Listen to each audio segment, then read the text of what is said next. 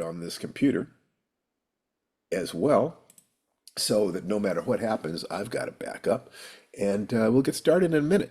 But the fact is that since we're already starting on YouTube, if anybody has a personal thing that they wanted to ask about that you don't want recorded, you don't want publicly, you might need to reach out to me more privately. Next time I will ask that question earlier, but today's just gotten a little complicated. Anyway, so welcome to Firedance. This is Stephen Barnes, and this is our regular Saturday get together where we talk about what happens when we engage the full body mind in a plan to make 1% progress per week, which actually, if you're choosing goals in all three major arenas, that's plenty.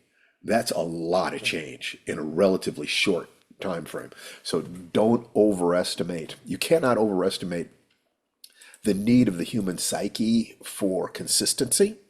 You try to change too much too fast, and you're gonna trigger fear. It's gonna feel like, oh, where's my life? Not only that, if you change too much too fast, you will cause problems with your associations. Your friends will start having problems with you because those relationships are based on you being a particular person and them being a particular person. Change too much too fast, and they can feel very uncomfortable about it. So, because I think that tribe is incredibly important, and quite frankly, you want to bring as many of your old friends along with you as you possibly can. You want to change. You don't want to change so fast that you no longer recognize who you are and they don't recognize who you are. I'll be quite honest with you that there are a lot of people who've known me for years who thought I was bluffing about my personal change and my commitment to change. And if you take one step every day and the people around you are standing still, and it's not that they're standing still, but it's like they're moving in different directions, sometimes moving in loops. If you make just one step every day, pretty soon you're going to be on the other side of the horizon. And in order for people to deal with their own guilt and fear, they will often start to accuse you of having done something strange. Or new people who meet you will try to say you were born on the other side of the horizon. It's really fascinating to watch. It was a consequence of success that I had not anticipated. Um, there are lots of books about how to deal with failure. There are not that many on how to deal with success. I've seen very few, and that's interesting.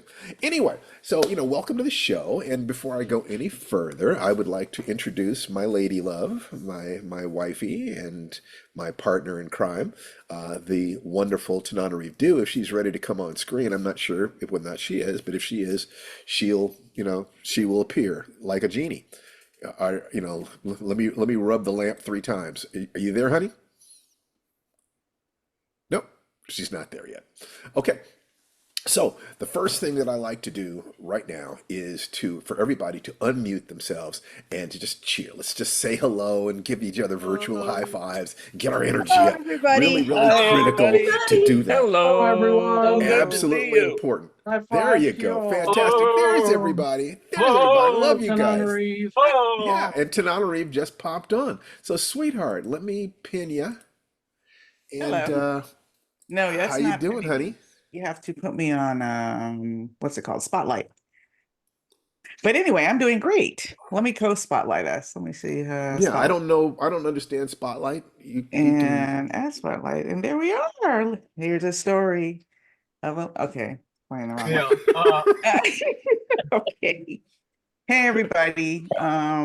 If you saw my newsletter, you can probably guess that I just pulled my head out of yet more research from my novel. Steve can attest to the fact that I've pretty much gotten down the rabbit hole on my new book, which is such a joy considering that my last book was so difficult to write and not fun at all. So this one is just way more fun. And Unmute yourself, honey. I muted everybody. Unmute yourself. my agent was a little concerned about how much fun I seem to be having. And he said to me, "W- where's the anger?" And I was like, okay, fine. And I told him, I forget what I told him exactly. Oh, that my my character of Maisel, who's basically a child star, she's a child performer in the 1920s. And I was just writing the chapter about her first screen test, which is of course super fun and exciting. The whole family's there, and the producer treats them well. Racism is not so much a character in this book in the first chapter, pretty much at all. But then I told my agent, well, they're from a performing family. They performed all over the country. And when she starts working on this Our Gang ripoff show, she is going to have a dialect coach. And he says, why is she going to have a dialect coach? I say, because she doesn't know how to talk like that. Like they talk like black. Ebonics. Right. I mean, Eben, oh, help me, help me, help me. She doesn't know how to do that. So they're going to actually give her a dialect coach, which was a true thing, I believe, on the set of Gone with the Wind as well. So once I told him that Well, story, he was what he is was it in God? What was that? The Robert Townsend movie, mhm. Oh, Hollywood Hollywood Shuffle. Shuffle. Yeah, he talks about that extensively. Yeah, I'm sure it's still going on, but believe me, it was a thing. Like when talkies first started, because she was great with silent film, but then when talkie started, they realized her enunciation is too good. She doesn't talk like a pickaninny, which is basically the role she's playing. So she has to learn how to do that. And when I told my agent that story, he was like, "Okay, I get it. The anger is going to be there. Carry on."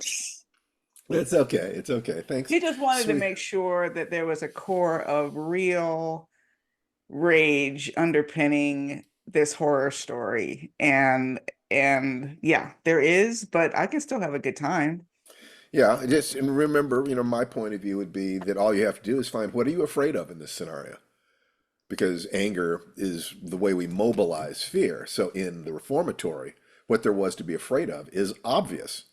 And then we can be angry about the fact that these good people were made to feel afraid and angry as a way of protecting ourselves from our own emotions. So if you can find the fear, the way in which society or the entertainment industry or whatever can be a Procrustean bed cutting off the parts of you that don't fit the narrative, and you connect with the parts of you that felt excluded, the parts of you that what were your fears about not being able to find a partner, not Well, being I able. was definitely that person who didn't speak correctly, for That's the way right. stereotypes thought I should speak. So, oh yeah, I'm in there. The anger will be fine, but I'm allowed to have fun while I work on this. Anyway, I'm going Indeed to you are. unspotlight myself Well, not and only that, but you don't want to hit the same emotional button over and over and over again. right. That's why You I'm want variation. intentionally veering away from at least personal racism at the beginning of the book because the reformatory has so much of that. It's like Jim Crow is a character in the story. Yeah, This is more about the birth of Hollywood and how it molded the images of Black people that, frankly, we're still fighting to overcome today. And it's true. it's interesting. Anyway, I'm gonna unspotlight. Hello, Okay. everybody, and I'll be in and out. Okay, bye bye. Okay. So unspotlight, and all And right. I'm gonna So unspotlight you too, so you can that's see fine. That's fine. So everybody I else. guess we did a lot of talking last week, bringing Think and Grow Rich into this space because, as I said, when people talk about the things that are bothering them in their lives, quite often it'll be something like, I hate my roommates, I hate my job, my house is falling apart, this is wrong, that's wrong. And it's interesting how often the things that they are complaining about would be solved by money. People actually sometimes say, I got no problems in my life that money wouldn't solve. And yet they don't focus on, well, what does it take to make money?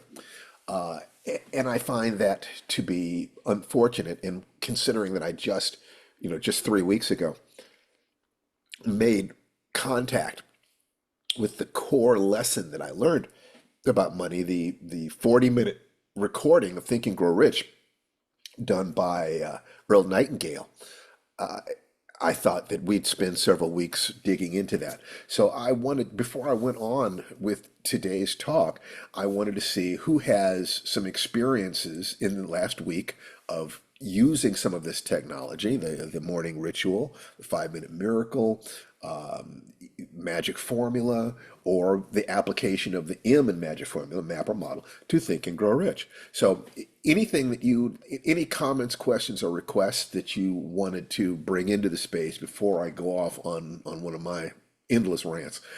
Raise your hands and let's see if we can't workshop something, or if you have a victory to share with us, or some pain to share with us. Whatever is going on in your lives, bring it into the space. Let's see what's going on. So, has anybody got something they want to say?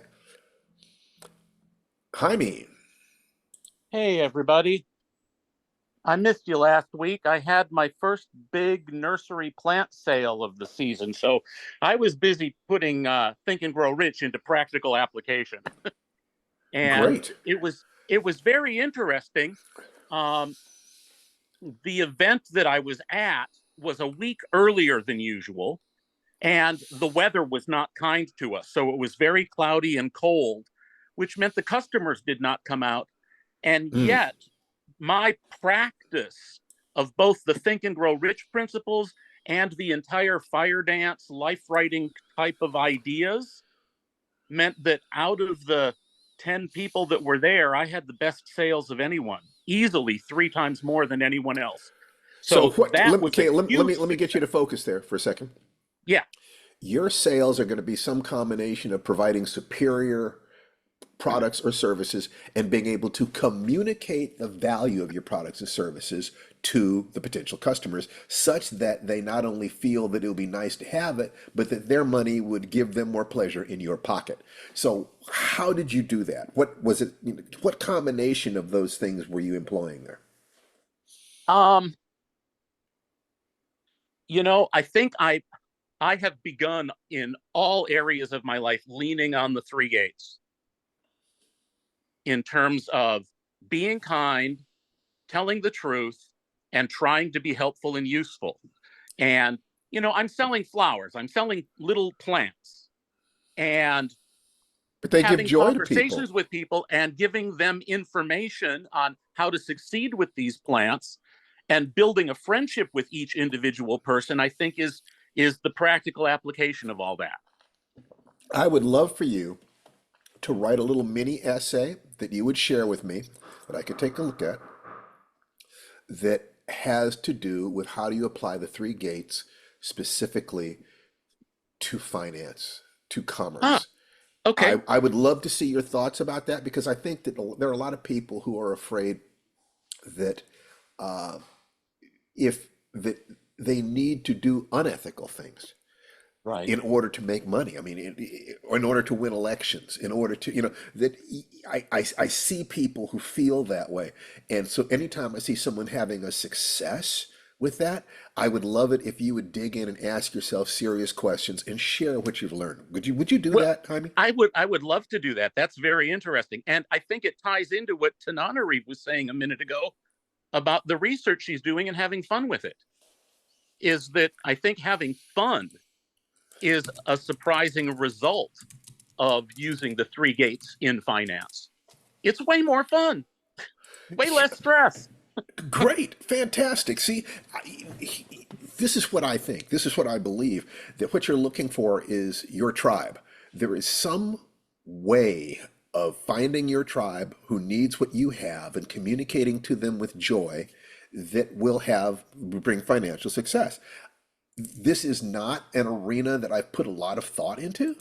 So I would love your thoughts, because at the very least they will spark my own. So you do that, and that would be great. That's a nice assignment. Thanks. Okay, I do great. have one more comment Yes. because the very next day on Sunday, I was basking in the glow of the success on Saturday, had a nice, quiet, restorative Sunday. And then the very first thing upon awakening Monday morning, I got a phone call that a very close friend had died in an Mm, apartment fire. yeah. And I I'm was sorry. sort of in the position of being the leader of that particular circle of friends. So it fell on me to make the 15 phone calls to everybody to let them know our friend was gone. And the rest of the week has been dealing with grief and other people's Critical for grieving you and to my take own. care of yourself. Yeah. And so If that it's interesting, at least in my experience, when I make one huge spiritual step forward in one area of my life experience is that the universe sits up and takes notice and says, "Oh, look, one of God's kids is waking up. Let's see if he really means it. And then all these other areas of my life give me opportunities to really practice what I'm Yeah, taught that to is do. definitely, I would say that's definitely a sign that you're beginning to move in the right direction is when wrong things will happen. There is a point where it'll be more unexpected good things. You know, Right. the magic formula suggests that you keep your attention on what's right in front of you, and the things you're looking for will come in your peripheral vision. And that can be negative stuff too, as you said, testing you. And I'm very sorry, Yeah. for the loss of your friend. And I'm glad that your friends, your mutual friends, had you to help support them. Thanks. It was a very interesting thing to realize by the end of the week that fielding 2 or 3 of those phone calls a day for other people who are not handling it well because they have Yeah. no experience with how to handle grief well. But Tell I've them to got so breathe. much experience with that I can be useful to them. It's a little exhausting, but I'm able to recognize and take care of myself because of what we do here. I'm so glad to be here. Yeah, I'm It's certainly so glad good that to you're here see you too. all. And be sure to tell them to breathe. Take the things that you're Yes. learning about stress, give it to them. Let's move on to Mark Richter. Thanks. Mark? Good morning, Steve. Am I unmuted? Yes, how are you? I am doing better. What you just, the question you just asked, when you think back, I started listening to, or watching the Think You Grow Rich video that you sent out the link to a few weeks ago when I was still in the nursing facility. And I got interrupted and I haven't been able to get back to it, but it sparked a few things in my head. I I've been in and out of hospitals and nursing facilities for the last couple of months. In the process, my whole muscular system has atrophied to the point where I have to rebuild it from scratch. And then to top it off, on Easter Sunday, I had to go in to get my hip surgery because I fell and broke it. And I'm 68 years old. That's not a big, it's not a small thing. Right. So I've been fighting to get back to being able to do things like walk with the walker. And the big challenge for me a couple weeks ago was getting in and out of the car because I just didn't have the strength to do it. Yes. Starting last Friday, we got a hold of one of these little auto grabber bars that just hook into the door latch. And initially, when I put it in, my arm was so high, I had no leverage on it. But last Friday, my wife, who is not the biggest, strongest person, although she's an incredibly wonderful soul, she's sitting right here next to me. You might not be able to see her, the Zoom does that. I can't, but hi to her. Hi. No, this is Patricia. She and I were able to get me out of the car to get no help from anyone else. We've now done that at least 10 times over the last week. To me, that is such a huge win Great. because going from being able to get in the car to being able to get out of it almost by myself is it blows me away. And No question. what the gentleman just spoke was saying about the universe gives you notices when you succeed in one area and says, oh, what about this area? A couple of years ago, I was in a coma for 25 days with COVID. And it took me 6 weeks to get back to more or less normal. And I came out of that thinking I was unstoppable. At that age, I was 64 at the time. This thing, which was killing people younger than me around me, I survived it. Good. And I'm back and I'm still here and I'm still going. I never give up. That's one of the, Good. that's my Let me ask you a power. question. In terms of Yes. regaining your strength, I assume that you have a doctor and you have a physical therapist, people who are providing you with advice. If you don't have anything that's really wonderful there, one thing that I would suggest is you take a look at the series of exercises called the Five Tibetans. They're very simple. It's possible to modify them so that they're very easy. You start with no more than 3 repetitions each of 5 simple exercises. No more than 3 repetitions. And as that gets simple, you do it every day. As it gets simple, you add 1 or 2 repetitions until you get up to 21 repetitions. So it's hugely scalable. But by the time you can do 21 repetitions of each of 5 exercises, which takes between about 10 minutes, 10 to 12 Mhm. minutes, you're actually in pretty good shape. So looking at them as I want to be able to do this. How do I need to modify this? There's one that's for balance. There's one that works abdominal and lower back flexibility. They're like simplified combinations of calisthenics and yoga. But look it up on YouTube. The 5 Tibetans. Somebody put that in chat, please, because if you can just do one exercise of each. If you can do 1 repetition of each and you start really kind of getting into it so you can feel it, you'll get to 2 repetitions. You'll be able to say, I can do 2 of these. And I would say you stop when you think you can do 1 more repetition. Never push yourself to the point where you feel like that's all I can do. You stop, where it's like, oh, I've got a little bit more in the tank. I got a little bit more gas in the tank. And you treat it as if you are learning something. Disease, weakness, things like this create something called sensory motor amnesia. We literally forget how to operate our bodies. So that if you look at it as I am learning how to operate my body as opposed to I am exercising, it becomes a body mind activity. You're focusing. How do I have to stand to turn in a circle with my arms out like this? Oh, Do I yeah. need to look at one point on the wall so I don't get dizzy? Let me do 1 repetition. How does that feel? Feels good. Let me do 2 repetitions. Oh, I think I need to stop there today. Fine.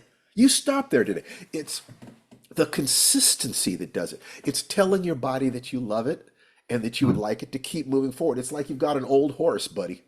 And the old horse can still take you for a ride, but it needs a little sugar. It needs to be loved. It wants to go out on that walk with you. You don't expect it to be a young stallion. But that old horse, if you take it walking every day, will get stronger and it loves you. So our relationship with our bodies can be like that. It's us, but it's also a vehicle that we use and it changes over time. So exercise in that way is checking in with where you are right now. It's not trying to be who you were 30 years ago. It's who am I today? But Who when am I I woke today? up from that coma, I couldn't even move. And I Exactly. felt, and I didn't know how to eat. I had to learn how to eat all over again. How to get the food into my mouth, how to chew it, how Yes. to swallow it. And I felt it was like my second childhood. I did a little speech for that at Toastmasters, but it was extremely educational, and I kind of feel like I'm still pushing that level of unstoppability. I'm trying to convince my body at this point, we've got this. Let's do something in another area like finance. So we Yes. start So doing more this content, more useful. the obstacle becomes the offering. If Mhm. you look at the challenge that you've been given and you find a way to embrace it and do the best you can, and you don't expect yourself to do more than you can do, your body will give you all it can, which is all it can do. So beating the hell out of yourself, feeling guilt, blame, shame, that crap, none of that works. But Right. being grateful for what you have Oh, yeah. opens the door to having faith that you can have more. Your only challenge is to use the maximum percentage of what you have. If you aim at doing the most with what you have, your body will give you what it can. Okay? And Yeah. we will be here every week to support you.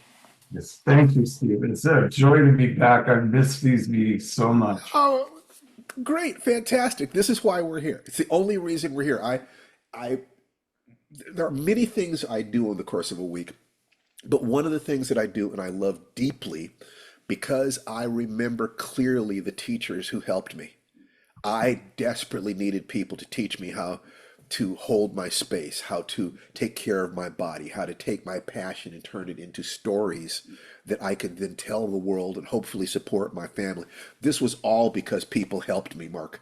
I didn't Yeah. figure any of this stuff out myself. At the very most, what I've done is synthesized from the pieces that they gave me. That's the most, if I'm clever, I'm really clever at that. It is my honor to give back. It is my mission to give back. I love this.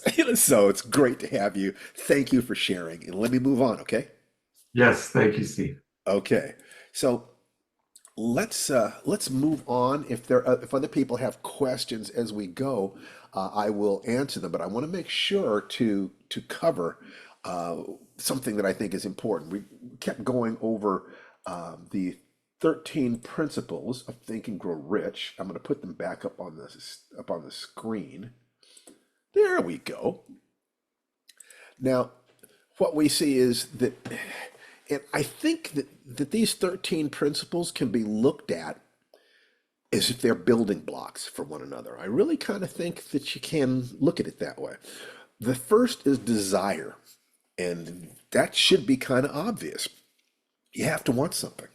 What do you want? If you're trying to help somebody change, lose weight, increase money, have a relationship, and they don't have a desire for it, you got nothing until somebody has a desire. You can't even begin. So you have to start there. And if there are people who say, I don't know what I want. Okay, if you don't know what you want, then there's kind of a smart ass answer and a more honest, sincere answer, although both of them are germane. The smart ass answer is if you don't know what you want, then the first thing you want is to find out what you want. I mean, you kind of judo it. If you don't have a goal, your first goal is to get a goal. So you say, okay, by this time next year, or by my birthday next year, I will have clarity on what I want to do for the next 5 years. And then you spend your time figuring that out. But the other answer is that you want to be happy. You want to be out of pain. There's that continuum of what everybody wants, which is to move away from pain toward pleasure. And then, according to the Dalai Lama, embrace service. So if you look at that continuum as being the meaning of life, to move away from pain, embrace joy, and give service, then you can ask yourself, where am I on that continuum? I'm still in so much pain that I'm not feeling joy. So that becomes your goal. Let me get out of pain. If that's your only goal, though, you will do enough to diminish your pain and then stay right there, because to keep going, you have to take risks, and risks are scary. So if you don't believe that there is joy that's coming up for you, why should you move from that position? So you have to believe that there is joy. You have to believe that there is hope, that there is love, there is health, there's happiness. My thing that I picked up from that Mexican toast to, health, love, money, and time to enjoy them. Not bad. That is not a bad way to look at what we want out of life. So that's the first thing, is faith. We'll go through a few of these and we'll stop and see if there are any questions, because you might kind of think to yourself, I don't have desire. So we've dealt with that. Your desire is to get out of pain and be happy. The second step is faith. You see faith up there, number 2. Faith, and this all fits into the magic formula. The M in the magic formula is map or model. We're simply looking at a map that is specifically about money, although you could apply this really to anything, and it would be very useful. But by having the magic formula and some other map or model that is pleasing to you, you look at the discipline that you're in, the goals that you have, the life you have, maybe the religion you practice or the philosophy that you express, and you get another set of principles, another set of maps that you can use to add specificity to the magic formula. I think that's terrific. I'm not one of these teachers who's jealous. I'm one of these teachers who says, for God's sake, go out, get some new stuff and bring it back home to us. But the second thing is faith. And faith here is you simply have to have the capacity to believe that you can get out of pain, and believe that it's possible to be happy, that your efforts can do it for you. If you have desire but no faith, that leads to depression. You know what you want, but you don't have any idea. You don't have any belief you can have it. Even if you don't know how, you have to believe it's possible. You have to kind of say to yourself, I don't know how to do this yet, but I have faith I can. So desire and faith. The third thing up there, move out of the way, is autosuggestion. Autosuggestion is basically a technique that allows you to align your internal resources with your external actions. And by the internal resources, I mean your beliefs, your values, your emotional associations. You're not, what you want is to take your brakes off so that you're not fighting yourself. You have faith you can do it. You have the desire to do it, but you could have your brakes on because, on the one hand, you want a relationship. On the other hand, you believe that relationships equal pain. That you have some faith you can do it, but autosuggestion is a matter of releasing your desire and increasing your faith because the voices in your head are telling you you can do it. And this is where the morning ritual comes in. This is what the morning ritual is all about, is about knowing what it is that you want, studying how to get there, finding role models and so forth, and then you take action by every day. First of all, you're doing the 5-minute miracle breathing, and you take your goal, one in each major area, and you apply the magic formula to it, and then you create a morning ritual where for 10 to 20 minutes you are walking or running or doing yoga, or I do Tai Chi, which is why firedancetaichi.com is the cornerstone of this. While you are moving, you perform affirmations, visualizations, you do emotional flooding of all that you have to be grateful for in the world. This is about auto suggestion gone from affirmations, because in Think and Grow Rich, written in 1928, affirmations were probably the most powerful technology. But going into both ancient and modern approaches to this, by adding physiology, you're making it 10 times as powerful as far as I'm concerned. Specialized knowledge. Okay, so if you have desire and you have the belief that you can and should do this, and you're aligned internally and externally, then specialized knowledge, number 4, is you begin to study the role models of people who have accomplished the thing that you want, preferably starting with no more resources than you have. If you really want to hit this hard, you start with people who have fewer resources than you have. In other words, if you want to be a millionaire and you've got a job, start by studying people who became millionaires who were sleeping in their car when they started. Start with people who were disadvantaged, with people who were born in oppression, who were born in poverty, who were racially marginalized. How did they organize themselves to get out of that? They have the knowledge you need, and you want to become, really, I mean, if you really want success, you figure you're going to do as much work as a doctor does in studying medicine, or a lawyer does in studying the law.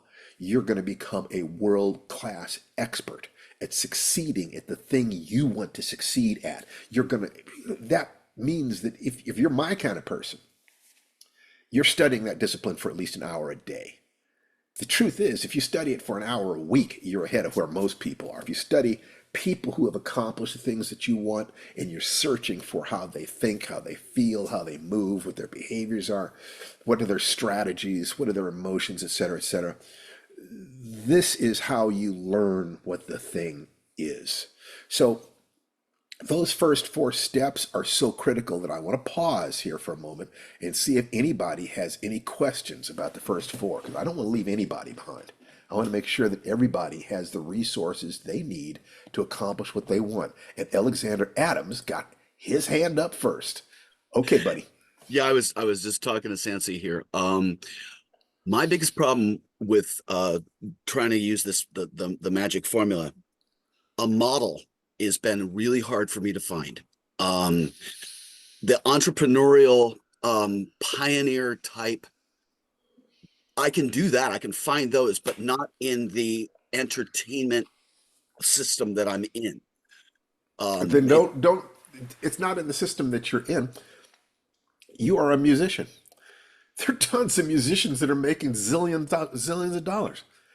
Look at that. The system that you're in has limitation built into it. Think bigger than that. You may have to transform the system. The system may be set up to keep the people within it poor. I mean, literally, it may have originated from poverty consciousness.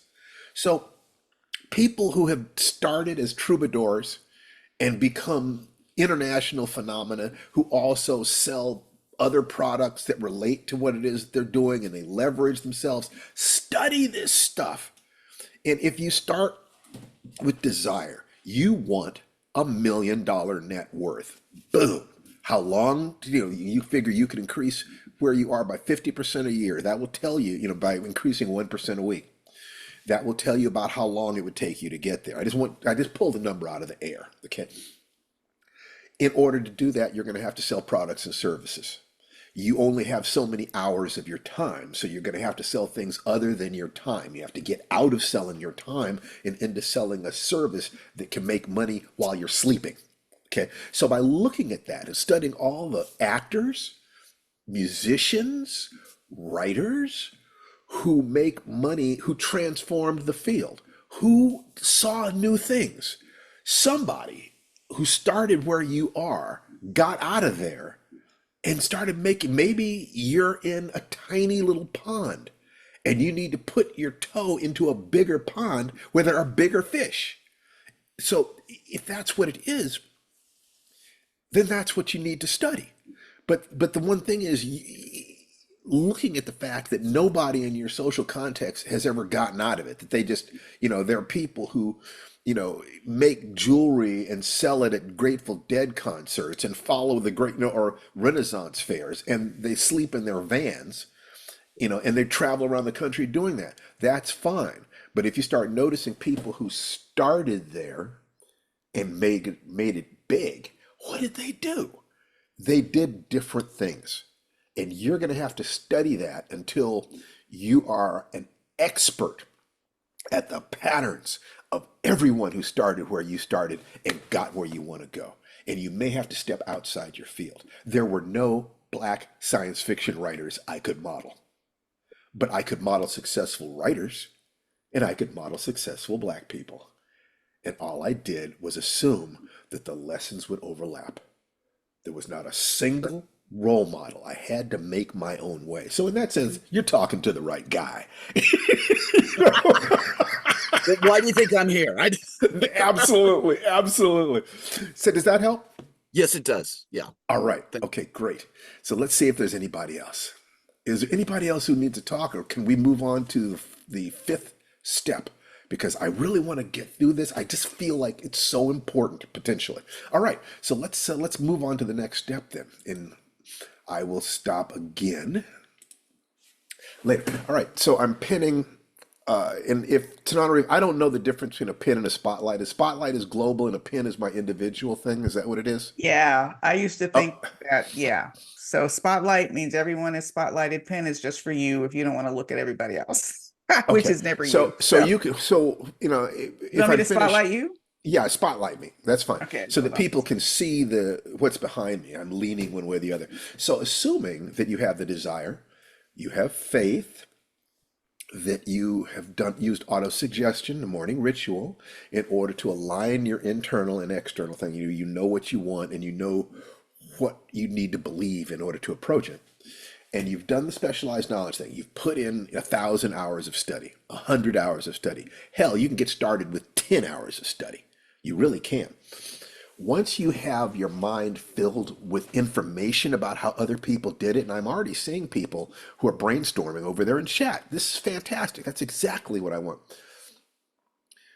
You start being able to tap into imagination. And all creativity is the conscious and unconscious bashing together of ideas from different arenas. That's all it is. You see something, you look at a four-leaf clover and you imagine that it could be a freeway overpass. You look at, this and you realize, oh, I could take this idea over here. You take this bit from this movie and this bit from this song and you bash them together and think, oh, I could write a book about that idea. Imagination in that sense is nothing more than ideas bashing against each other consciously or unconsciously. So getting in touch with the part of you that ties into your unconscious mind is a more advanced step here, but this is where you begin. And you're coming up with ideas. You're looking for, let me come up with a bunch of different ideas, perspectives. And one of the things that you want to do is ask yourself, the place that I'm playing, if it's comfortable, if a lot of other people are here, that's called a red ocean. Yeah, there are a lot of people there, but there are also a lot of sharks, so there's a lot of blood in the water. What you're looking for is the blue ocean, where there are a lot of swimmers, but not many sharks. By becoming specialized enough, by asking yourself, what is the specific thing I can offer that no one else in the world can offer? What is my experience of life that is no one else's experience of life? You become unique. Alexander, one of these days we're going to sit down and have a conversation about what I see as being some unique values that you have to offer the world. I think you understand some of the things that are possibilities there. But when I think about my own writing, I ask, what is a Steve Barnes story?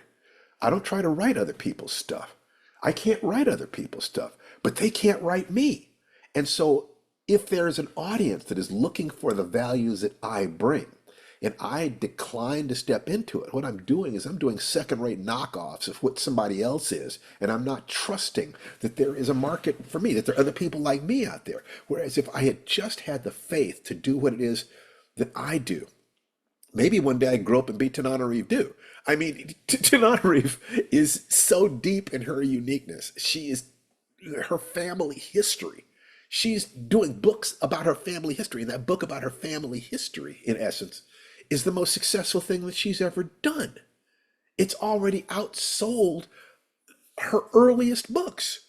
See, this is phenomenal. That is an absolute lesson here. That so that's the fifth thing, to come up with ideas, ask yourself, run them through a series of filters. What will work in the situation? Is there a market for this? Is there money for this so I can invest my time in it? Is this uniquely me? Those are the kinds of questions that you ask, and then you experiment. And experimenting takes you to number 6, which is organized planning. Once you feel like you have the idea that nobody else has had, you have to figure out how you're going to offer it to the world. How are you going to do this? And so, you have the desire, the faith, auto-suggestion, specialized knowledge, imagination. So you have ideas, and now you put together your plans. How would you do this? I'd have to do this every day. I'd have to do this every week. I'd have to do this every month, this every quarter, this every year. In Okay, five-year I'm gonna move plan. over. I told you what to I'm do. I'm going to mute this. Yes, mute all. Okay. So you need that organized planning. You need that desperately, so that you kind of say, this is the way I'm going to proceed. Once you have done that, you have to move on to step number 7. And step number 7 is you have to decide to act. You have to decide to act. You have to be a scientist. What is the scientific method? You observe a phenomenon. You postulate a hypothesis that explains the phenomenon. You formulate an experiment to test your hypothesis. You perform the experiment. You correlate your results. Did it work or did it not work? If it didn't work, you change your hypothesis or change the experiment and try again. If it did work, you publish your results so that other people can also experiment. I noticed that with the magic formula. What I'm doing right now is I'm publishing my results. I'm saying, did you notice this too? That when you do these things in this order, you get results that you don't expect? And people who are helping me perform the experiment are giving me data. You're going to need to decide to act, because as long as it remains a hypothesis, it's stuck up in your head. You make plans, they're stuck up in your head. You need to take action. And ideally, you need to take action so regularly that you're getting results back every day. Figure you're going to fail over and over and over and over again. Let's say you're going to have 100 failures before you hit that first success. You have a choice. You could take one action a month, which would take you almost 10 years to have 100 failures. Or you could take an action every week, which would give you 100 failures in 2 years. Or you could take actions every day, and in 3 months, you've got your success. So asking, how long is it going to take you? It depends on what you decide you're willing to do and how much of it you're willing to do to get what it is that you say you want. So you got to start back there at desire. Do you want it? Do you really want it? Do you have faith you can have it? Are you internally aligned to maximize that faith? Are you gaining specialized knowledge? Are you studying the people who have succeeded at the thing you want? Or, like Alexander says, and like I said, you may have to separate those things out. There may not be anybody who accomplished the exact thing that you want to do, in which case you study the people who succeeded at that thing as close as possible, and you study people who maybe succeeded with the disadvantages you have, but in kind of general. So you're looking for specific information here, you're looking for generalized information here, and where they overlap, that's where you can dig. That's where the gold is going to be. So once again, let me pause for a moment because I want to make sure I'm bringing everybody along with me. I'm going to remove the pen and see, are there any comments, questions, or requests about anything we've covered so far? Because the rubber is really meeting the road here. We're talking about how to make money, being of service to your community and doing something that you love, to be able to move your life forward at the same time that you're creating abundance. I don't know of anything that's more important than this. And looking at the magic formula and then combining it with the pattern that changed my life, no question. It was given to me when I was 10, and whether I knew it or not, I've been using it ever since. So let's see. Anybody? No? Okay, then we can go on. I mean, seriously, so spotlight me again. All right. So number 8 is persistence. Once you have the previous 7 steps and you have yourself on a program, it's like, take a look at the 6-step program for selling stories. You write a story, you write a sentence a day, a story every, 1 to 4 stories a month, finish at least one of them and submit it every month. Don't rewrite except editorial request. Read 10 times as much as you write, and repeat this process 100 times. Can you see the structure that's built into that? Do you understand how I formulated that by studying the lives and the work of so many fantastic writers? They boiled it down. You can see, you have to have the desire to do it. You have the faith that you can do it. You're the specialized knowledge. You're performing an experiment every day. Every single day, you're writing at least one sentence. Every month, you're performing a different experiment, minimum. Finishing one story and sending it off. You're getting feedback. While other people are sending off a story or 2 a year, you're sending off at least a story a month. And if you're a go-getter, if you're a fire eater, you're sending off one every week. And now you're really understanding. And you have to keep it up long enough to get the results you want. That's the persistence thing. 100 short stories. There's so many people who quit after just getting a couple of rejections. How many rejections do you need? How many doors do you need to knock on before somebody says, yes, I'll buy your vacuum cleaner? Every salesman knows that. How much persistence, how long are you going to have to go at this? How much are you going to have to do to get the information you need to improve? Good question. Number 9 is the mastermind, the principle of the mastermind. The principle of the mastermind is basically that whenever 2 or more minds meet in a spirit of total cooperation, they produce a supermind that is bigger than any individual within the group. The notion is that the mastermind formula, the mastermind principle, is the only known way to compensate for a lack of talent. You can actually compensate for lack of ability by creating a group that contains people with talents and abilities you don't have. In order to do this, there are very specific principles about this. I would suggest get the book Think and Grow Rich. Take a look at exactly what's said there. But basically, it's, if you have at least one person, so a marriage, a relationship, 2 people looking at in the same direction, with the same goals and the same values, and they're meeting at least once a week. At least once a week. And the person who is in control of the mastermind has to make sure to keep things peaceful and everybody moving in the same direction. One person who's pulling in a different direction. You have to have all the dogs pulling your sled in the same direction.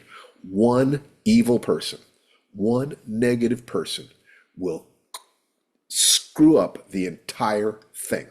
And I think all of us have had that experience. I'm going to unpin myself for a second, unspotlight myself for a second, and I'm going to ask you to raise your hands.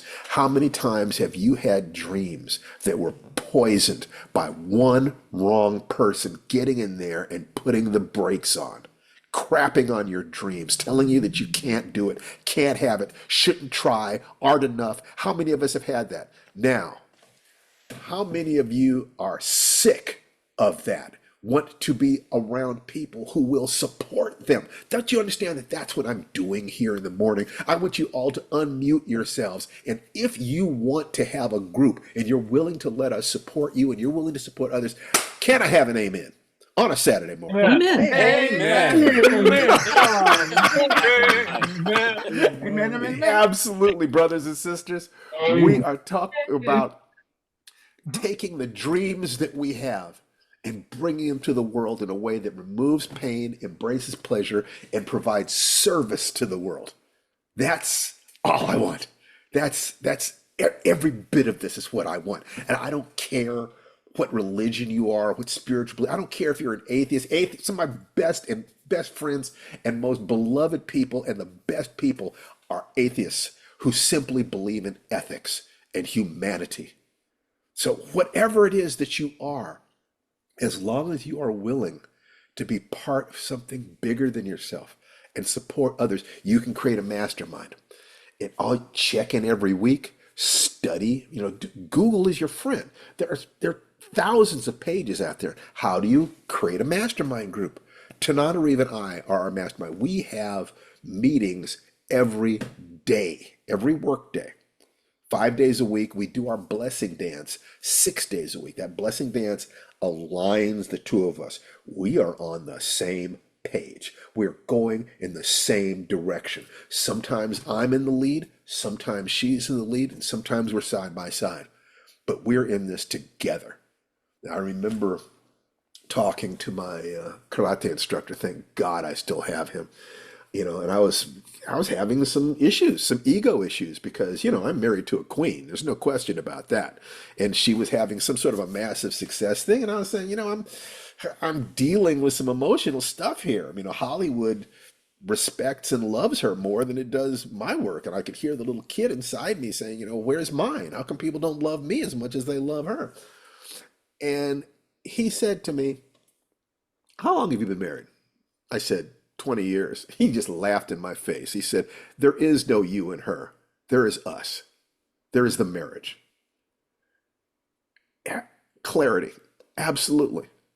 And that's the feeling you have to have in your mastermind group. You find one person who is willing to support your goal and you support their goal, because you can't get people to be a part of this unless they're getting something out of it. They have to be supporting their goal too. One person that you have total alignment with is better than 100 people who are fighting. One person. Then you can add one more person if both of the previous people agree. And that's critical. At one at a time, you can add people, but be very careful. A single disagreement and you no longer have the mastermind. You have a fight. Okay? Add one person at a time. When you get to the point, I don't think you could get up to 7 people without creating an unstoppable force. I really don't think you could, but you have to be very careful. So you only bring in people who add energy, only bring in people who are heading to the same direction, only bring people who are willing to bring you up. If you don't have that, you're back to auto-suggestion, because at the very least, you need to be your own little mastermind. At the very least, you need to be totally on the right page with what it is that you want and who it is that you are. You have to get yourself to be your mastermind before you'll even be able to recognize another person who is genuinely heading where you're going at the same speed with the same values. And hey, why don't we walk together? Why don't we help each other up the mountain? Sounds good to me. You're going to tether yourself to that person. You can climb Kilimanjaro together. or Mount Everest. You can do anything if you can create the right group. You don't have to do it all yourself. In fact, it is impossible to create a goal of any real significance without having allies. You and if you have allies, there's nothing you can't do. So let me make sure to find out whether or not Nick, do you have your hand up? Oh, yep, I do. We have these conversations week by week. I guess this is maybe the fourth one I've come to. Mhm. And I feel an acceleration or accumulation of, excuse my pink face, I'm having allergies today. It's okay. I feel an accumulation of lightness, of possibility. I don't like that word because it suggests, having some sort of an airy-fairy notion that, whatever it is that There are things that we do not necessarily have. In other words, if you eat this piece of bread that has the hair of the gods on it, you'll get well. It's penicillin. It's fungus. okay, right. There are things that we don't understand that have perfectly good scientific explanations that we don't yet know. So Yeah. we sometimes will use language that sounds like we're talking about magic. What we're really talking about, any sufficiently advanced technology is indistinguishable from magic. There are things about the way the world works that we don't understand logically. So Doesn't when mean I it come doesn't work. here, it's helpful because you're pointing, well, like in this last business about having the idea of planning the day, the week, the month, and the future, right? And making the decision to do it and then doing it. In a very 1% deal, right? I've been listening to a lot to another fellow who was and made some very wonderful kind of epiphanies about the quantum physics and the 12 particles and the four substances and the Higgs boson field and the way that could be the gateway of God. You could say that's the place where he sticks his finger into the soup. But what does that do? For me, it doesn't do anything unless I can be practical. I've got to find a way to bring all of this wonderful hope down to a series of actions that are doable right now. Ah, yes, yes. And notice the results that you're getting. Mhm. Notice the results that you're getting. You perform an experiment. Ideally, it's like I tell people to breathe once an hour, 60 seconds. Right. If they Yeah. do that for just a week, they'll start noticing that there's a positive effect. That's science. They perform the experiment. Now you can come to me and you say, okay, what else you got, Steve? Give me another piece that I can experiment with. So this is what this is about. Everything that I do here, yes, we talk about FiredanceTaiChi.com, LifeWritingPremium.com. Those are paid programs that we have. But what I'm doing on this is I'm giving you everything I can for free. And the Yeah. idea is that if I do that, you guys are going to think, if this is what he's giving away for free, what in the world can I get if I go more deeply into this? If you can't afford it, let's talk about making you some money so that you can afford to buy my programs. But Let's have that conversation, please. Yes, absolutely. So that's what Think and Grow Rich is about. That's why we're talking about this. Let's get some money in your pocket. Let's help you take your desire, increase your faith, align yourself so that that faith is certainty. Study the arena that you want to get good at. Good. Now there's where I was listening to that last fellow you were helping him look at the possibility of going laterally over to someone who does something similar and Yeah, patching it's like together. I had to study writers and I had to Mhm. study black artists and I had to study black people who were successful in the business field because there Okay. were no black science fiction writers that I could study Yeah. at the time. And it turns out that if you look at those things, you'll start seeing that there are principles that just simply map over. There are certain things that are not about being male or female or black or white or an artist or a business person. They're about the rules of success, of how do you move away from pain toward pleasure. This is what I want people to do because the sneaky part of this is once you start noticing it, you'll start seeing that, something, we're all the same. Yeah. People Well, are it's all like the same. if you want that car, once you decide you want it, everywhere you go, there's the car. Yeah, You you're can't talking mess with about that's the reticular activating mechanism. Yeah, That is the exactly. reason why there are people who say that you take a look at your goals and you choose one definite chief aim, Hmm. one thing that if you did that one thing, it would change your life. So I think for an awful lot of money, that's, increasing their income. I want to increase my income by 50% a year. You write that on an index card and you read it aloud to yourself twice a day is what they would say in Think and Grow Rich. Or here with Magic Formula, you say it while you are doing your morning ritual, while you're in motion. And you also include who are the role models who could teach you how to make that money. Who are the people who, if you drop them into your life, they would kick butt, take names and have fun in the process. You find those people, you study those people. And then when you're going to sleep at night, you pose yourself a question. How do I pay this bill? How do I generate this money over this period of time and have fun in the process? Role models get to work while I'm asleep. And you'll find that you get this right. And when you wake up in the morning, you'll have ideas that you didn't have when you went to bed that night. That's Hmm. how imagination works, learning how to set these things up in order. And I don't think I had really grasped that it's not precise, but if you do these things in this order, it's like clearing the muck out of pipes in an order. The Yeah. water gets this far. Okay, that's where the blockage is. Let me work there. Okay, now it gets this far. Now it gets this far. You keep looking, starting with desire. You go through these in order. It's the same way as the magic formula is. You have to have a map or model. You have to be taking action. You have to have gratitude. You have to have clear intention, and you have to be congruent. But the order doesn't particularly matter. I mean, you can enter into it any way that you want to, as long as you don't have a zero. This is kind of saying, how about we do it in this order? Boom, boom, boom, boom, boom. Trying So that. in my situation, because I'm trying to accomplish at 78 something that I wanted very, very much and almost just walked into it in my late teens and 20s. I was due to go on the show The Virginian as a regular guitar playing cowboy, and I blew the audition.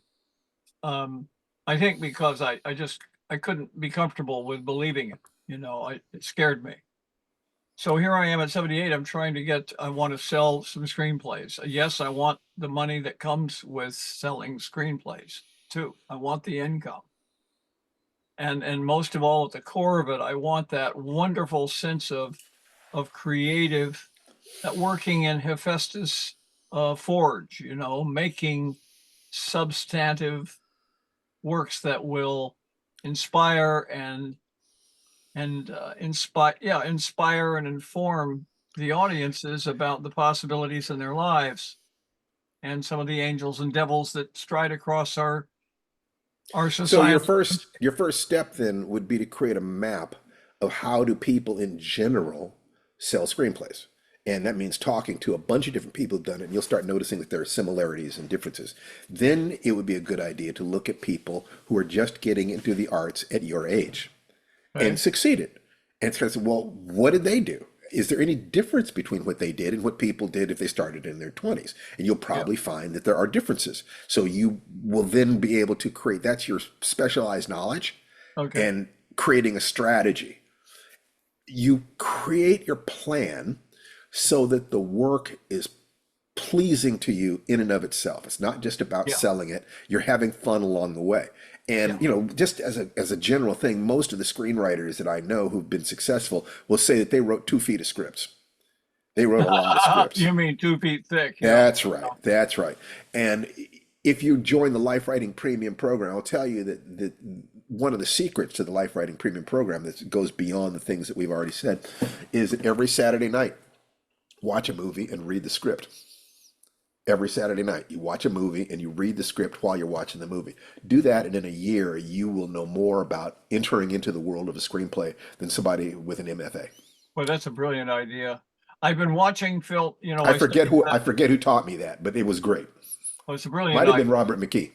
Uh-huh.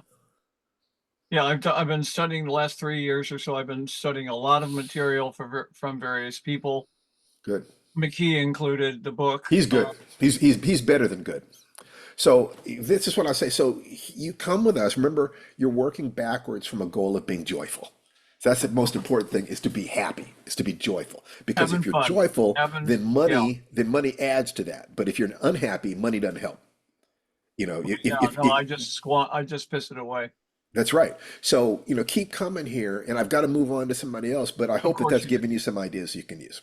Yes, it has. Thank you. I Great. appreciate that. You betcha. All right. So let's go on to I'm going to spot again. Boop. Okay. So yeah, I've learned something new about how to do this. So we talked about the mastermind, persistence, and we talked about the mastermind. And the third thing is sex transmutation. The mystery of sex transmutation is step 10.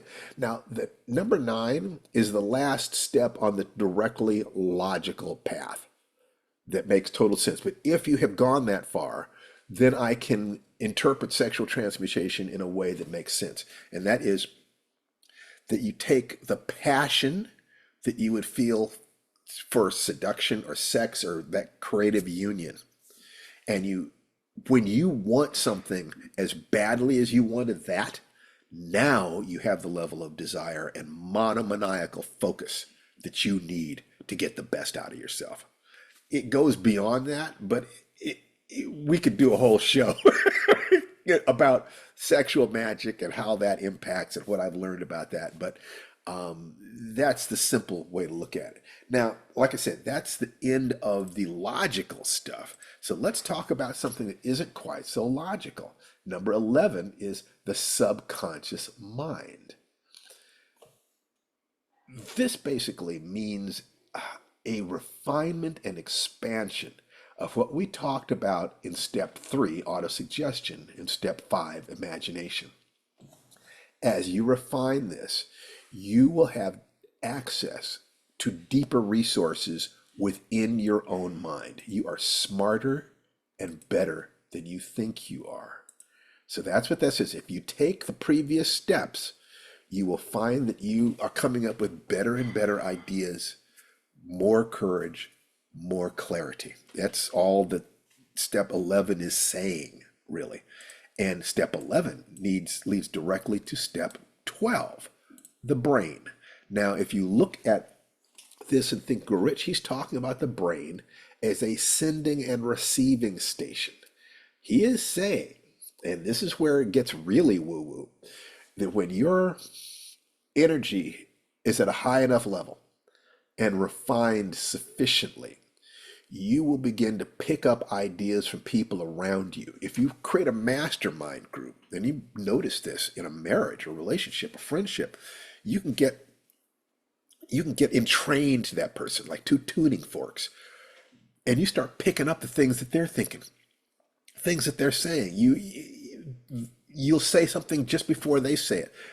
That's what your brain, as a receiving station and a transmission station, that's what he's talking about, is you're starting to operate at a higher level of brain, of mind. The truth is that it's hard to find language that expresses these ideas, these last 3, 4 ideas. It's hard. But the fact that he did this in 1928 is startling. And once again, then you get to the 13th principle, assuming that you have the desire, the faith. You've used autosuggestion to align yourself. You've massively buried yourself in specialized knowledge about the subject. You've learned how to open the doorway between your conscious and unconscious mind so that your imagination is bashing ideas together and producing new ideas synthetically or creatively. You know how to create plans that operate with, you're improving your executive function. You know what to do, why you're doing it, and how to do it. You've made the decision to take action, and you're prepared to take whatever risks. So your organized plans need to start with small risks, like just writing 1 sentence a day, as opposed to huge risks like, let me write a book. I'm going to quit my job, and I'm going to spend 3 years writing a book, and then I'm going to sit it out and I'm going to get rich. That's a great way to ruin your life. Persistence, you're doing it continuously. And in order to do that, you have to be moving toward joy rather than away from pain. Because if you're moving away from pain, as soon as the pain diminishes, your motivation stops. But if you're moving toward joy, the more you do, the better it feels. So let's have beans in every meal. I'm sorry, camp flashback. The mastermind, the only way to compensate for lack of ability, resources, even intelligence, education, is to gather around yourself one person at a time, people with whom you are in total alignment. And when you have at least one person with whom you're in total alignment, you operate like a super mind. And then you add one more person at a time, just one, to keep expanding. If you do those things, you get to that mystery of sex transmutation where you stop wasting your energy chasing around after Nookie, and you take a look at the drive to connect on that level, that survival drive, and you say, I'm going to pursue the thing I want to accomplish with all the passion and commitment that I pursued that boyfriend, girlfriend, whatever it is. It's in that arena.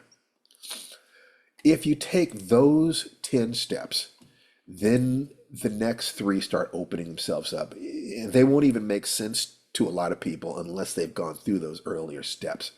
And that is step 11, the subconscious mind, where if you've taken those other steps, you start getting a deeper connection to your own genius.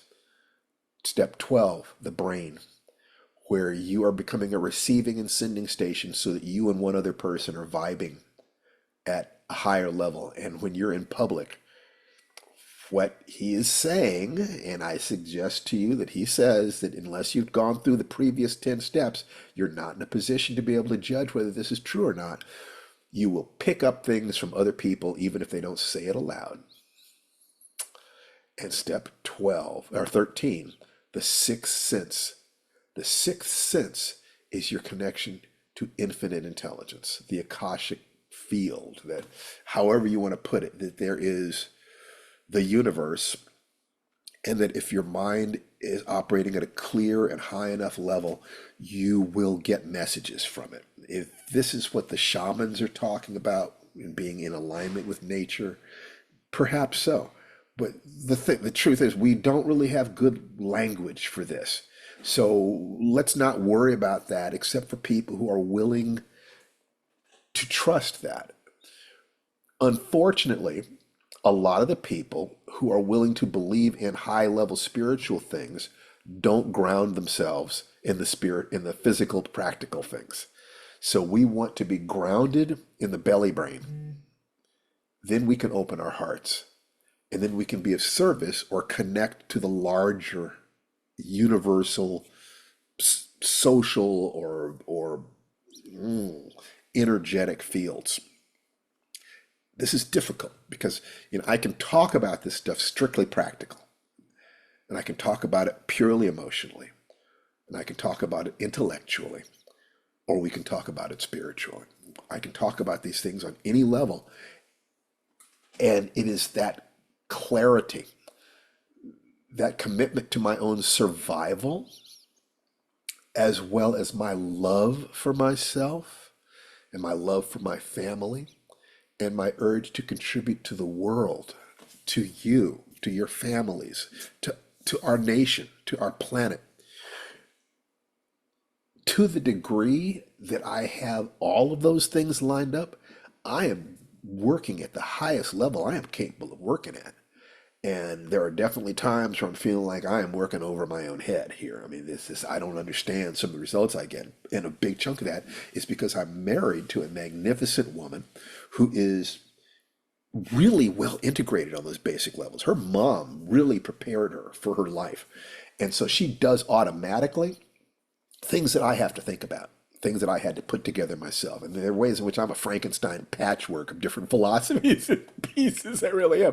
Whereas she's what I call a potato. She's just kind of solid. She's kind of there. This is just who she is. Anyway, so let me remove the spotlight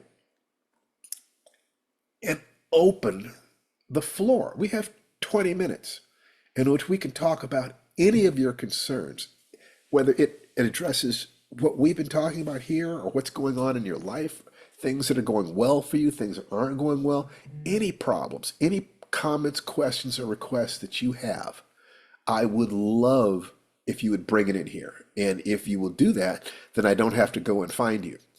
So volunteer or you will be voluntold. So come on, who's going to raise their hand? Preferably somebody who hasn't spoken up today or recently even. Who's willing to give us something? Oh, you're going to make me grab you. Okay, Suzanne Paul. Hi there, can you hear me? Yes, I most certainly can. Okay. Um, I'm just starting out on this particular journey, Yes, but I'm trying to get or put aside some childhood baggage that I think we all wind up dealing with from time to time. absolutely, 100%. How Um, can we serve you? well, in terms of gratitude, I sometimes have trouble with gratitude because in my upbringing it was coupled with guilt. Oh, Um, absolutely. Absolutely. First of all, just love yourself. And your first step, we use an exercise called the ancient child, where you visualize the child that you were. That you are now that little girl's mommy. So you need to give her all the love and acceptance that you wish you'd gotten when you were younger. So I would say that every day in a meditation, get a picture of yourself when you were a little girl, and look at that little girl and just tell her how much you love her. And when in your meditations, you hold her in your arms and you tell her that mommy is here and I will protect you and serve you.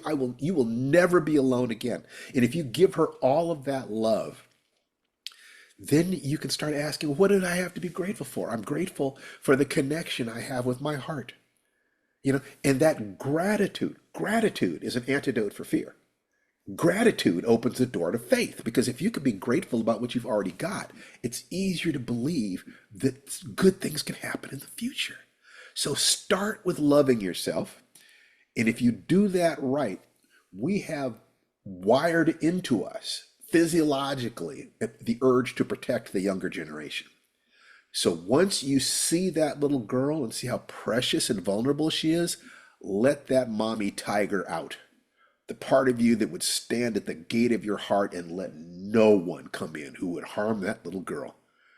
That when you are prepared to die before you'd let anybody hurt her or spit on her dreams or criticize her in a negative way, it changes because your heart, which is just a symbol, the little girl is a symbol that you're using to love yourself and have faith in yourself so deeply that you can feel the mommy tiger bare her teeth.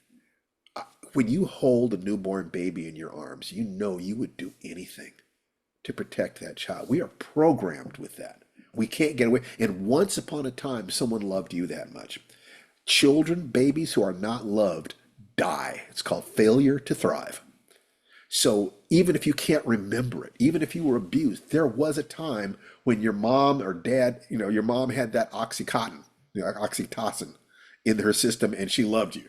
Maybe it faded over time and things got bad, but there was a time when you looked into the eyes of love.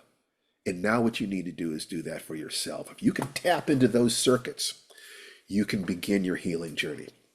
The most important single thing is the breathing. That every hour, on the hour, take 60 seconds of deep, slow, diaphragmatic breathing. You go to YouTube and you look up diaphragmatic breathing if you need to. Yoga breathing, Tai Chi breathing, Qigong breathing. Learn it. Every hour on the hour, and you do that at least 5 times a day. If you will do just that in the week between now and the next time you come on here, you will have experienced change. I promise you. If you can do that single thing, we can help you.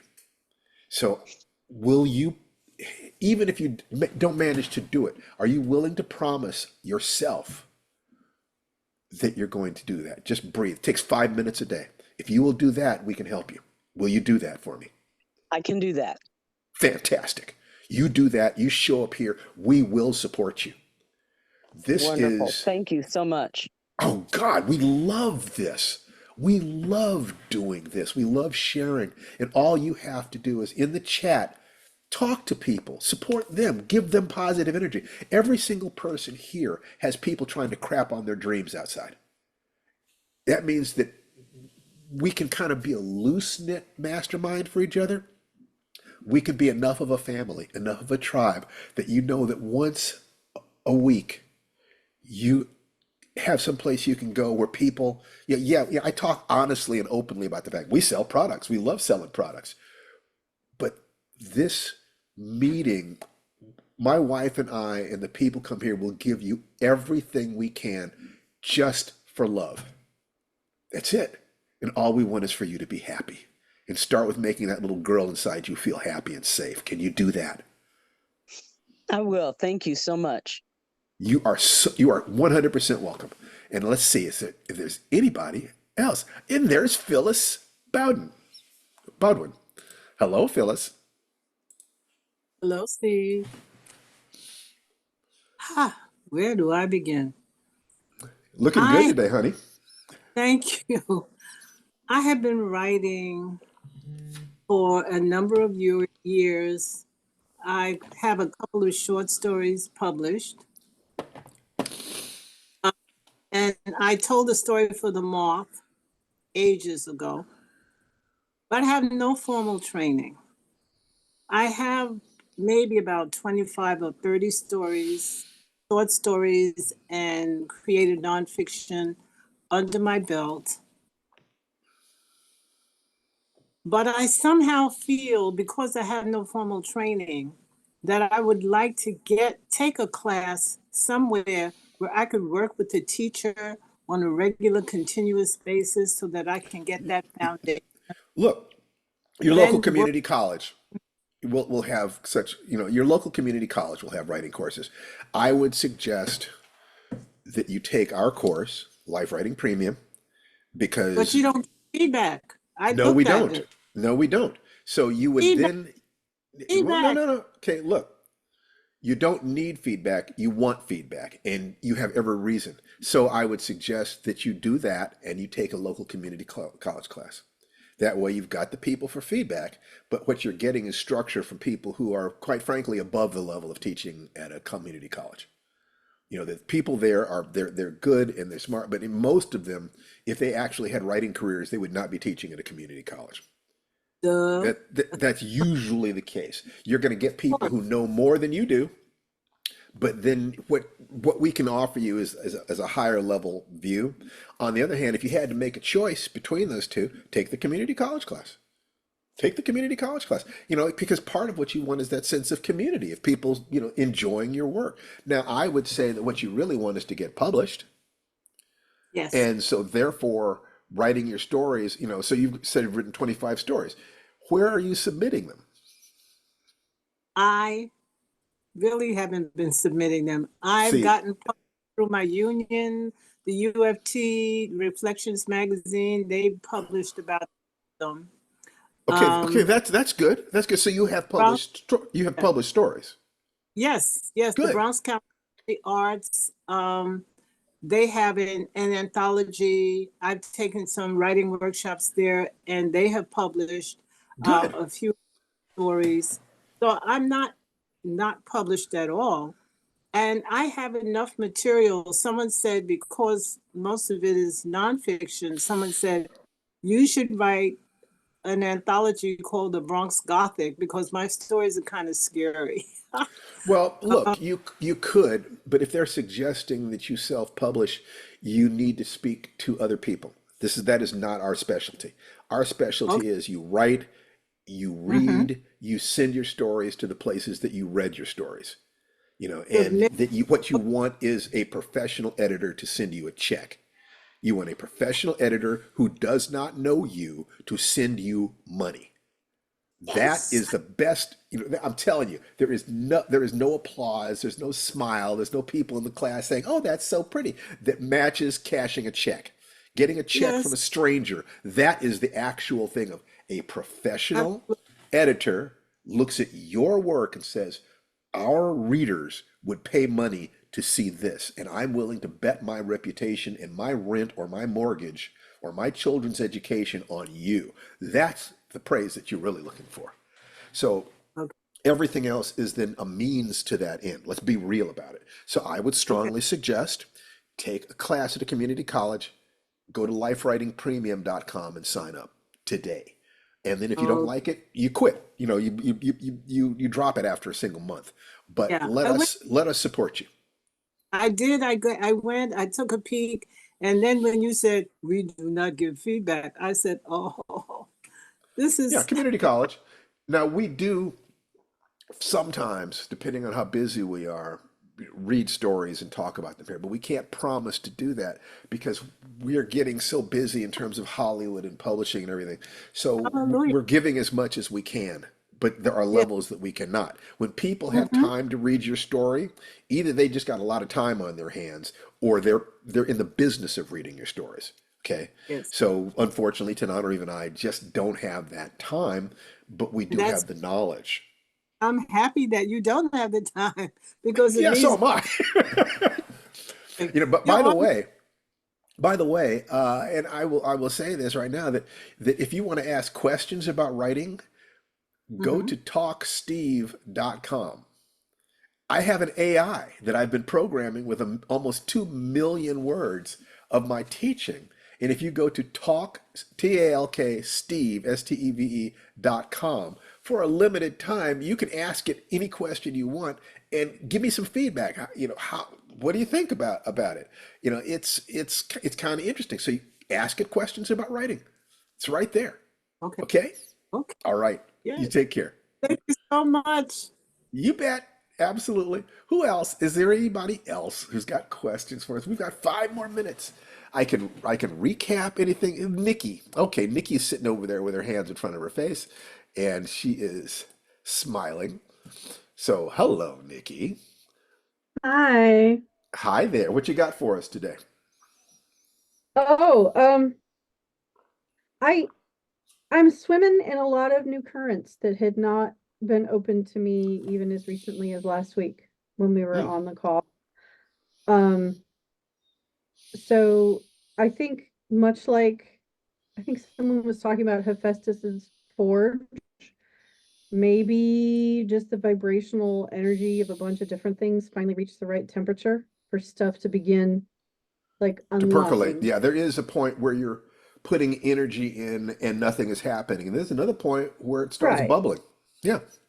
And then you can use that steam to turn a Yeah. turbine. Yeah. So there's a lot I don't know about how this week is going, but what I'm working on is sticking with the things that seem to feel good and upholding the promises that I made to my imagination. So saying things out loud has helped a whole lot, and in the auto suggestion process, Just for a talking about second, just for a second, yeah, I want because you touched on that. Saying it out loud is massive, isn't it? It's yeah. terrifying, isn't it? I thought I was too cool for it, but it turns out that just a week of saying things out loud has started building bridges between my conscious and subconscious mind in a way Okay, that I great. And would now you can not increase like that. credit. You can increase that. You say it out Mhm. loud during what physical movement are you using? Um, I have some physical therapy I do. I do the 5 Tibetans. I do the 5 minute Okay, miracle. that's I've that's fine. been That's chopping fine. wood all So so day. so So, so, so the five Tibetans, you can do it during mhm, 5 Tibetans. You can do it during walking, but do yeah, combine the speaking out loud with physical movement. Very, yeah, very, very important. That takes it out of the emotional and intellectual and puts it in the realm of the physical. And as soon as you yeah, do that, you're hitting a different level. Okay? yeah. And I hear myself making promises. So as part of the recipe for self-confidence and the desire to have a goal is that I promise myself out loud that when I receive these clues, when I receive these thought impulses, that I will take action on them. And they've started happening. And I think I posted about it yesterday that just I'm really focused right now on making sure I follow through with that persistent action and making when I have an imaginative impulse, what am I going to do with it? How am I going to honor it so that it keeps flowing? Let me ask you a And that's question. where my brain How is. how can we serve you? Um, you guys are all doing what you do. What I have to do is show the fuck up and sit here and listen. And you guys are always delivering some sort of wisdom, you know, Great. and I got to show up and listen to it. And I've got to And think just I'm never forget, you're looking a little. I want some steel from you, so I want you to know, and I want you to say, "I am that bitch." Can I you am say that it? bit. That's right. That That's I mean, right. that's why I'm wearing my pigtails today. There you go. Absolutely. Because And just, be the mother of that little girl who absolutely would do anything to protect her. That little girl inside you has all the love, all the creativity, all the aliveness, but she needs to know that mommy is protecting her. So and she's that so happy. She's so happy. I've spent a lot of time working on your "I am that bitch" statement this there you last go.